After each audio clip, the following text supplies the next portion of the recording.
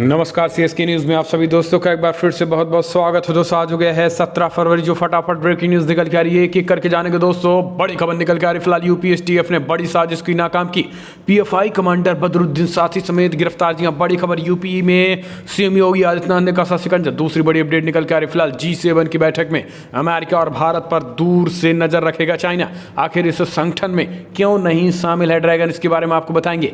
तीसरी बड़ी खबर निकल के आ रही है दोस्तों, फिलहाल कृषि कानूनों को लेकर कनाडा नतमस्तक। प्रधानमंत्री के बदले जब सुर, तो अब भारत भी देगा कोविड-19 की वैक्सीन। जी ये भी बताएंगे। लेकिन इस बीच दोस्तों बड़ी खबर दिल्ली से निकल के आ रही है। कपिल मिश्रा, रिंकू शर्मा मर्डर को बताया आतंकी हमला, परिजनों से मिलकर दिया 1 करोड़ रुपए की सहायता राशि। जी हाँ, इसके बारे में आपको बताएंगे। और इस बीच जेपी नड्डा ने बुलाई आपात बैठक भाजपा की। जी हाँ, 21 फरवरी को होगी भाजपा के महामंथन, जानेंगे। इस बीच देश भर में जुड़ेंगे पदाधिकारी। इस बीच दोस्तों बड़ी खबर निकल के आ रही है, जहां पर गृह मंत्री अमित शाह के पश्चिम खास करके नेपाल और श्रीलंका में सरकार बनाने के दावों को लेकर श्रीलंका और नेपाल की तरफ से बयान निकल के आया है, वो भी आपको बताएंगे। और इस बीच सीधी हादसे में 32 सीटी वाली बसों में 60 से ज़्यादा लोग सवार थे, 47 की मौत हो चुकी है, 7 बचे हैं और 5 अब भी लापता हैं। ये बेहद दुखद खबर निकल के आ रही है दोस्त की, इसके बारे में भी आपको बताएंगे सब कुछ खबरें आने के। लेकिन उससे पहले एक छोटा सा निवेदन, अगर आपने चैनल को अभी तक सब्सक्राइब नहीं किया तो प्लीज़ सब्सक्राइब की लाल बटन दबाकर चैनल को सब्सक्राइब करें। और अगर आप भी मानते हैं कि प्रधानमंत्री मोदी के नेतृत्व में देश, चीन और पाकिस्तान दोनों को मुंह तोड़ और करारा जवाब देने में पूरी तरीके से सक्षम है, तो इस वीडियो को लाइक करके अपना समर्थन दर्ज करें। इस देश की गौरवशाली इंडियन आर्मी के लिए जय हिंद लिखना मत भूलेगा। दोस्तों दरअसल पहली बड़ी खबर निकल के आ रही है। फिलहाल पूर्वी लद्दाख से बोरिया बिस्तर बांध रहा चाइना, तस्वीरों में दिख रहा है कैसे टैंक व सैनिकों की वापसी कर रहा है, स्वयं ध्वस्त कर रहा है अपनी चौकियाँ। जी हाँ, बड़ी खबर निकल के आ रही है। LAC में ध्वस्त हो गई हैं चीन की कई चौकियाँ, स्वयं चीन की पीपल्स लिबरेशन आर्मी कर रही हैं। पूर्वी लद्दाख के प्योंगयांग से झील के उत्तरी और दक्षिणी किनारों से भारत और चीन की सेनाओं की वापसी प्रक्रिया योजना के मुताबिक चल रही है और अगले 6 से 7 दिनों में वापसी की प्रक्रिया पूरी होने की उम्मीद है। ये जानकारी सोमवार को रक्षा सूत्रों ने दे दी है। सूत्रों ने कहा है कि फिलहाल चीन की पीपल्स लिबरेशन आर्मी PLA ने कई बंकर, अस्थायी चौकियां और अन्य ढांचों को उत्तरी किनारों वालों इलाकों में तबाह किया है, स्वयं ही हटाया है। इस बीच प्योंगयांग के उत्तरी और दक्षिणी किनारों से वापसी की प्रक्रिया के पूरा होने से में लगभग 1 हफ्ते का समय लगेगा और दोनों पक्ष सैनिक एवं उपकरणों की वापसी प्रक्रिया का सत्यापन कर रहे हैं। 9 महीने के गतिरोध के बाद दोनों देशों की सेनाएं प्योंगयांग के उत्तर और दक्षिण किनारे से वापसी पर रजामंद हुई हैं, जिसके तहत दोनों पक्षों को चरणबद्ध, समन्वित और सत्यापित तरीके से सेनाओं को अग्रिम मोर्चे से हटाना है। हम चलते हैं अपडेट। फिलहाल यूपीएसटीएफ ने बड़ी साजिश की नाकाम, पीएफआई कमांडर बदरुद्दीन साथी समेत गिरफ्तार, विस्फोटक भी बरामद। जी हाँ दोस्तों यूपी में पुलिस ने, यूपीएसटीएफ की टीम ने लखनऊ से पीएफआई के 2 सदस्यों को गिरफ्तार किया है। उनके पास से भारी मात्रा में विस्फोटक सामान और हथियार भी बरामद किए गए हैं। पुलिस का मानना है कि फिलहाल दोनों आरोपी बड़ी साजिश को अंजाम देने के फिराक में भी थे। ADG law and order Prashant Kumar ने प्रेस वार्ता के जरिए दोनों पीएफआई सदस्यों के गिरफ्तारी के बारे में जानकारी दी है। एडीजी ने कहा है कि फिलहाल मंगलवार को एसटीएफ यूपी की टीम ने 2 लोगों को गिरफ्तार किया। इनके पास भारी मात्रा में विस्फोटक हथियार और कुछ दस्तावेज बरामद किए गए हैं। गिरफ्तार किए गए लोगों के संबंध PFI popular front of India नामक आतंकी संगठन से भी हैं।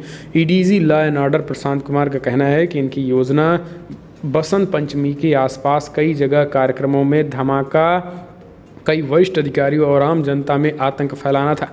पिछले लगभग 1 साल में इस संगठन के 123 लोगों को हमने गिरफ्तार किया है। केरल के अंसाद बदरुद्दीन और फिरोज खान पीएफआई के 2 सदस्य हैं, जिन्हें यूपीएसटीएफ ने गिरफ्तार कर लिया है। ADG law and order Prashant Kumar ने कहा है कि पीएफआई संगठन बुद्धिजीवियों को दिग्भ्रमित कर रहा है। तो दोस्तों सीएम योगी आदित्यनाथ का ताबड़तोड़ एक्शन। हम चलते हैं अगली अपडेट। फिलहाल G7 की बैठक में अमेरिका और भारत पर दूर से नजर रखेगा चाइना। आखिर ड्रैगन को G7 में क्यों नहीं मिली इजाजत? जी हाँ, दुनिया का सबसे संपन्न 7 मुल्कों का संगठन G7 एक बार फिर से चर्चा में है। इसके कई कारण हैं। दरअसल 19 फरवरी को G7 देशों की एक वर्चुअल बैठक होने जा रही है। इस बैठक में अमेरिका के नवनिर्वाचित राष्ट्रपति जो बाइडेन कोरोना महामारी, वैश्विक अर्थव्यवस्था और चीन के साथ उनके व्यवहार पर चर्चा करेंगे। ब्रिटिश प्रधानमंत्री बोरिस जॉनसन इस वर्चुअल बैठक की अध्यक्षता करेंगे। इसके अलावा भी अन्य कारणों से G7 सुर्खियों में। भारत को सम्मेलन में एक अतिथि देश के रूप में आमंत्रित किया गया है। उधर चीन को इस बैठक से दूर रखा गया है, यानी G7 से चीन को हटा दिया गया। ये बड़ी खबर निकल के आ रही है। चीन को G7 देशों से शामिल नहीं किया गया है और इस बीच दोस्तों भारत इस सम्मेलन में एक अतिथि के रूप में है। आखिर दुनिया की महाशक्ति बनने की होड़ में अग्रसर चीन को G7 संगठन में क्यों शामिल नहीं किया गया है? G7 की बैठक ऐसे समय में हो रही जब अंतर्राष्ट्रीय हालात एकदम बदले हुए हैं। अमेरिका में ट्रंप प्रशासन का दौर खत्म हो गया है। अब अमेरिका की बागडोर नवनिर्वाचित राष्ट्रपति जो बाइडेन के हाथों में है। ट्रंप की उपेक्षा व अंतर्राष्ट्रीय संबंधों में उदार माने जा रहे हैं। इसके बावजूद दक्षिणी चीन सागर, ताइवान और हांगकांग जैसे मुद्दों को लेकर अमेरिका समेत तमाम यूरोपीय देशों से चीन के संबंध तनावपूर्ण चल रहे हैं। हम चलते हैं, अपडेट लेते हैं। फिलहाल कृषि कानूनों को लेकर कनाडा के प्रधानमंत्री ने बदले सुर, भारत जल्द भेजेगा कोरोना वैक्सीन। दरअसल कृषि कानूनों के खिलाफ विरोध प्रदर्शन को लेकर विवादित बयान देने वाले कनाडा का प्रधानमंत्री जस्टिन ट्रूडो इस समय घुटने पर आ गया है। पीएम मोदी की घुटने पर, जी हाँ। अब वो गिड़गिड़ा रहा है वैक्सीन को लेकर और किसानों को लेकर हो रहे प्रदर्शन पर चुप्पी साध रखी है। और उन्होंने फिलहाल प्रधानमंत्री मोदी की तारीफ की है और कहा है कि फिलहाल भारत अच्छा कर रहा है। इस वीक को लेकर बदले सुर के बीच भारत सरकार ने भी फैसला लिया। मोदी सरकार ने कहा है कि फिलहाल इस भिखारी पर रहम कर ही दिया जाए और इसको कोविड-19 की कुछ डोज दे ही दिया जाए। हम चलते हैं, अपडेट लेते हैं। तो दोस्तों फिलहाल बड़ी खबर, बीजेपी नेता कपिल मिश्रा पहुंचे रिंकू शर्मा के परिवार से मिलने, दिया 1 करोड़ की सहायता राशि। इस बीच रिंकू शर्मा मर्डर को बताया आतंकी हमला। जी हाँ, दरअसल बीजेपी के फायरब्रांड नेता और आम आदमी पार्टी के पूर्व विधायक रहे कपिल मिश्रा ने रिंकू शर्मा के घर वालों से मंगलवार को मुलाकात की। इस दौरान उन्होंने शोकाकुल परिवार को 1 करोड़ रुपए की आर्थिक सहायता भी देने का ऐलान किया है। गौरतलब है कि दिल्ली के मंगोलपुरी इलाके में रिंकू शर्मा की कुछ दिनों पहले हत्या कर दी गई थी। कपिल शर्मा ने इसे आतंकी हमला करार दिया है। इस बीच बीजेपी नेता परिवार वालों से मुलाकात कर कहा है रिंकू शर्मा की हत्या आतंकी घटना है। उन्होंने कहा है कि कुछ लोग जानबूझकर राम मंदिर, जय श्री राम के खिलाफ नफरत भर रहे हैं। हम मिलकर परिवार को 1 करोड़ रुपए की सहायता राशि दे रहे हैं। उन्होंने कहा कि दुनिया भर से 9,000 से ज़्यादा लोग पीड़ित परिवार के प्रति संवेदना व्यक्त करते हुए 1 करोड़ रुपए की सहायता राशि दी है। कपिल मिश्रा ने कहा है कि कांग्रेसी और अर्बन नक्सल गैंग द्वारा आज हमारे खिलाफ विषैला और झूठा कैंपेन किया जा रहा है, क्योंकि उन्होंने कल्पना भी नहीं की थी कि हम ऐसे एक हो सकते हैं। कपिल मिश्रा ने ये एक आतंकी घटना और जिहादियों ने घेर कर रिंकू की पीठ पर वार किया, ये ठीक नहीं है। तो दोस्तों अगर आप भी कपिल मिश्रा की बात का समर्थन करते हैं तो कमेंट के माध्यम से अपनी राय दो। और अगर आप भी मानते हैं कि जिहादियों का सीधा एनकाउंटर होना चाहिए तो कमेंट के माध्यम से अपनी राय दें। हम चलते हैं, अगले अपडेट लेते हैं। तो दोस्तों फिलहाल त्रिपुरा सीएम के नेपाल श्रीलंका में बीजेपी सरकार बनाने वाले बयान पर काठमांडू का बयान, फोन करके शिकायत की। त्रिपुरा के मुख्यमंत्री विप्लव देव के श्रीलंका और नेपाल में सरकार बनाने की भाजपा की योजना को लेकर दिए गए बयान पर नेपाल ने आपत्ति दर्ज कराई है। काठमांडू पोस्ट की एक खबर के मुताबिक नई दिल्ली में नेपाल दूतावास में नेपाल के राजदूत नीलांबर आचार्य ने भारतीय विदेश मंत्रालय में नेपाल और भूटान के इंचार्ज संयुक्त सचिव अरिंदम बगाची को फोन कर देव के बयान को लेकर आपत्ति जताई। भारत की ओर से फिलहाल कहा गया है कि वो ऐसे बयानों का समर्थन नहीं करता है और जल्द ही वह इस संबंध में अपना आधिकारिक बयान भी जारी करेगा। हम चलते हैं, अगले अपडेट लेते हैं। तो दोस्तों फिलहाल सीधी हादसा, 32 सीटों वाली बस में 60 से ज़्यादा थे सवार, 47 की मौत, 7 बचे और 5 अब भी लापता। मध्य प्रदेश के सीधी में मंगलवार सुबह हुए बस हादसे ने कम से कम 47 परिवारों को उजाड़ दिया है, जिनके अपने बस के साथ 20 फीट गहरी नहर में समा गए। 7 खुशकिस्मत मौत के मुंह में निकलने में कामयाब रहे तो 5 अब भी लापता हैं। हादसे के बाद चालक की गलती बताई जा रही है। शॉर्टकट चुनने के संकरे रास्ते और ओवरटेकिंग जैसी वजहों को जिम्मेदार बताया जा रहा है। तो अब पता चला है कि 32 सीटों वाली इस बस में 60 से अधिक लोग सवार थे। ओवरलोडिंग को लेकर अब प्रशासन पर भी सवाल उठ रहा है। पुलिस ने बताया है कि मिनी बस का चालक कूदने में कामयाब रहा और फरार हो गया है, जबकि 5 और यात्री अभी लापता हैं। रेवा के आईजीपी उमेश जोगा ने कहा है कि प्राइवेट ट्रैवल एजेंसी की बस में 60 से अधिक यात्री थे, बस की गति बहुत तेज़ थी और इस वजह से चालक ने नियंत्रण खो दिया और बस बाणसागर नहर में जा गिरी।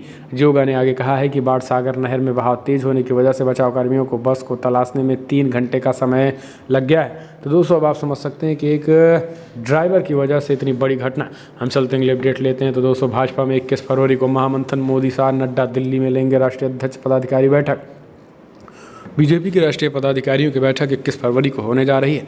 इस बैठक में सभी प्रदेशों के अध्यक्ष, प्रदेशों के प्रभारी, सह प्रभारी, सभी प्रदेशों के संगठन महामंत्री भी मौजूद रहेंगे। बीजेपी द्वारा जारी की गई एक सूचना के अनुसार इस बैठक में प्रधानमंत्री मोदी भी हिस्सा लेने वाले हैं। प्रधानमंत्री के अलावा इसमें भाजपा के राष्ट्रीय अध्यक्ष JP नड्डा, गृहमंत्री अमित शाह और राजनेता समेत अन्य पार्लियामेंट्री बोर्ड के सदस्य भी रहेंगे। इस दौरान पार्टी के भीतर सभी प्रदेशों की संगठनात्मक संरचना पर चर्चा होनी है। इससे पहले 20 फरवरी के दिन भाजपा के सभी संगठन मंत्रियों की बैठक होगी और इस बैठक से भी एक दिन पहले यानी 19 फरवरी के दिन भाजपा के सभी कोषाध्यक्षों की बैठक होगी। भाजपा के राष्ट्रीय महासचिव द्वारा राष्ट्रीय पदाधिकारी बैठक के बारे में एक पत्र जारी किया गया है। हम चलते हैं, अपडेट लेते हैं। दोस्तों पुदुचेरी की उपराज्यपाल के पद से हटाई गई डॉक्टर किरण बेदी। जी हाँ, डॉक्टर किरण बेदी को पुदुचेरी को उपराज्यपाल के पद से हटा दिया गया है। बेदी की जगह तेलंगाना के राज्यपाल डॉक्टर तमिलिसाई को पुदुचेरी का अतिरिक्त प्रभार कार्यभार सौंप दिया गया। आपको बता दें, किरण बेदी को पद से हटाने की मांग को लेकर पिछले काफ़ी समय से पुदुचेरी में सत्तारूढ़ कांग्रेस पार्टी प्रदर्शन कर रही थी और इस संबंध में कांग्रेस के नेतृत्व वाले सेकुलर डेमोक्रेटिक अलायंस की तरफ से 16 फरवरी को भी बंद का भी आयोजन किया गया था। हालांकि इसे सोमवार को ही वापस ले लिया गया था। हम चलते हैं, अपडेट लेते हैं। तो दोस्तों फिलहाल बिग ब्रेकिंग निकल के आ रही। बौखलाए खालिस्तानी कनाडा में भारतीयों को बना रहे निशाना, सरकार ने जस्टिन ट्रूडो से जताई चिंता। भारत में चल रहे किसान आंदोलन को प्रभावित करने के खुलासे और सरकार के एक्शन के बाद से अब खालिस्तानी संगठन में बौखलाहट की सिचुएशन बन गई है। और यही नहीं, कनाडा में सह पाए खालिस्तानी अब वहां रह रहे अन्य भारतीयों को भी धमकी दे रहे हैं। ऐसी कई रिपोर्ट्स हैं जिनमें भारतीय कनाडा समुदाय के लोगों को धमकी देने की बात सामने आई है। इन रिपोर्ट्स के बाद भारत सरकार ने कनाडा के PM जस्टिन ट्रूडो से भारतीयों की सुरक्षा देने को कहा है। ओट्टावा स्थित भारतीय उच्चायोग ने इस संबंध में कनाडा सरकार को चिंताओं से अवगत कराया है। CNA न्यूज़ 18 की रिपोर्ट के मुताबिक कनाडा में रह रहे भारतीयों की ओर से भी कनाडा के PM जस्टिन ट्रूडो खत लिखकर सुरक्षा की मांग की गई है। सनातन मंदिर कल्चरल सेंटर नाम के संगठन ने भी खालिस्तानियों से लगातार धमकी मिलने की बात कही है। हम चलते हैं, अपडेट लेते हैं। दोस्तों फिलहाल आजम खान पर कार्रवाई करने वाले DM को केंद्र सरकार का इनाम 2 साल और UP में बने रहेंगे अधिकारी। रामपुर के सांसद और समाजवादी पार्टी के वरिष्ठ नेता आजम खान लंबे समय से सीतापुर जेल में बंद हैं। रामपुर में आजम खान और उनके परिवार द्वारा कब्जाई गई ज़मीनों पर कार्रवाई करने वाले IAS अधिकारी को सरकार ने 2 वर्ष और अधिक प्रतिनियुक्ति बढ़ाकर इनाम दे दिया है। रामपुर के DM आंजनेय कुमार सिंह ने आजम खान के परिवार पर सक्रिय रूप से कार्रवाई की थी और अब भी लगातार अपने काम पर लगे हुए हैं और इसके बाद से वो चर्चा में है। केंद्र सरकार के इस फैसले के बाद अब वे 2 साल UP में ही बने रह सकेंगे। आपको बता दें कि फिलहाल आंजनेय कुमार सिंह सिक्किम कैडर के साल 2005 के IAS अधिकारी हैं। मजे की बात तो यह है कि सरकार उनकी प्रतिनियुक्ति भी अखिलेश सरकार के समय हुई थी। पिछले 6 सालों में वो UP में ही हैं और आगे 2 साल भी वे यानी 14 फरवरी 2023 तक UP में बने रहेंगे। आपको बता दें कि रामपुर के सांसद आजम खान के बेटे को भी बीते दिनों शत्रु संपत्ति के एक मामले में जेल में हुई थी, लेकिन हाल ही में उनकी जमानत हो गई है। हम चलते हैं, अपडेट लेते हैं। तो दोस्तों फिलहाल बिग ब्रेकिंग निकल के आ रही है जहाँ पर किसान लगातार टूट रहे हैं। जी हाँ, आपको बता दें बॉर्डर पर खाली हो रहा है जमावड़ा। दरअसल दोस्तों राष्ट्रीय राजधानी दिल्ली की गाजीपुर और शेंगू बॉर्डर पर किसानों की भीड़ कम होती दिख रही है। किसान जहां केंद्र के कृषि कानूनों के खिलाफ करीब 80 से ज़्यादा दिनों से धरने दे रहे हैं, लेकिन अब हल निकलता ना देख वो स्वयं भी अब ज़्यादा दिख रहे हैं। एक आड़ है कि अब धीरे धीरे वो निकल रहे हैं। जी हाँ, ये बड़ी खबर निकल के आ रही है कि फ़िलहाल वो अब जाते दिख रहे हैं और बड़े पैमाने पर इक्का दुक्का लोग बसते नज़र आ रहे हैं। यानी एक तरीके से धीरे धीरे मज़ार खाली होती दिख रही है। हम चलते हैं, अपडेट लेते हैं। दोस्तों बस गिरते ही शिवरानी ने नहर में लगाई छलांग, 2 लोगों की बचाई जान, CM हुए मुरीद। दरअसल मध्य प्रदेश के सीधी में मंगलवार को बड़ा हादसा हुआ जिसमें 47 लोगों की जान चली गई। इस घटना में 2 यात्रियों की जान बचाने वाली लड़की की जमकर तारीफ हो रही है।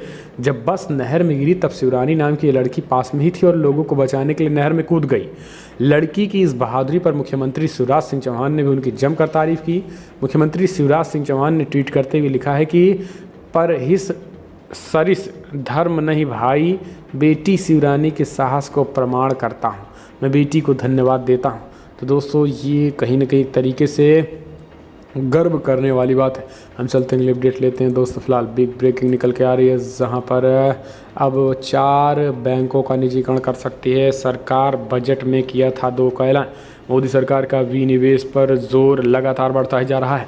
खबरों की माने तो मोदी सरकार जल्द ही 4 बैंकों के निजीकरण का ऐलान कर सकती है, और ये बात इसलिए ज़्यादा चौंकाने वाली है क्योंकि बजट में वित्त मंत्री ने केवल 2 सरकारी बैंकों के निजीकरण की बात कही थी। लेकिन अब जो खबर आ रही है वो सबको हैरान कर देगी, क्योंकि मीडिया रिपोर्ट्स के मुताबिक bank of Maharashtra, Indian overseas bank और सेंट्रल बैंक के निजीकरण का ऐलान किया जा सकता है। इन तीनों बैंकों के अलावा बैंक ऑफ इंडिया के भी निजीकरण का ऐलान किया जा सकता है, हालांकि अभी तक सरकार की तरफ से कोई ऐलान नहीं किया गया है। तो दोस्तों फिलहाल आज की बड़ी खबर में इतना है, लेकिन अगर आपको वीडियो पसंद आए तो लाइक कर, शेयर करें, कमेंट के माध्यम से आप अपनी राय देना ना भूलें। तो दोस्तों इस वीडियो में इतना ही। जय हिंद, वंदे मातरम।